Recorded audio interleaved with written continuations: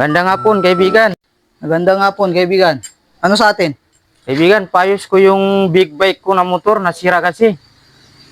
Anong sira? Hindi umaandar, kaibigan. Dalhin mo dito para makita natin anong sira. Sige, kaibigan. Puntahan ko, kaibigan. Parang may naamoy ako hindi maganda.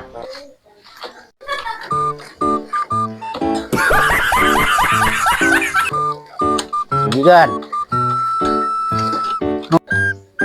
Saan ang big bike mo? ito yung big bike ko, kaibigan. Tinatarantado mo ba ako? Hindi, kaibigan, big bike din ito, pero malit lang yung tire niya.